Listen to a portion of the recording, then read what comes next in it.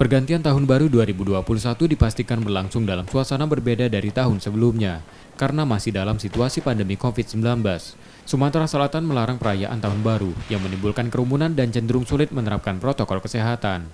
Hal itu berpotensi mengakibatkan penularan COVID-19, bahkan memunculkan klaster baru yang sulit diidentifikasi.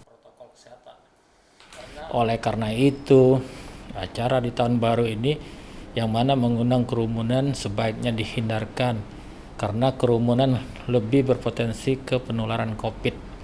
Karena kita tidak tahu orang di sekitar kita apakah mereka sudah terinfeksi COVID atau belum, dan orang tersebut bisa menularkan ke kita sehingga kasusnya akan bertambah banyak dan kita masih dalam pandemi yang berkepanjangan.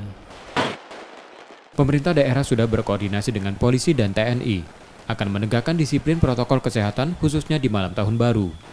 Di Sumatera Selatan, mayoritas daerah masih berada di zona orange atau berisiko sedang penularan COVID-19.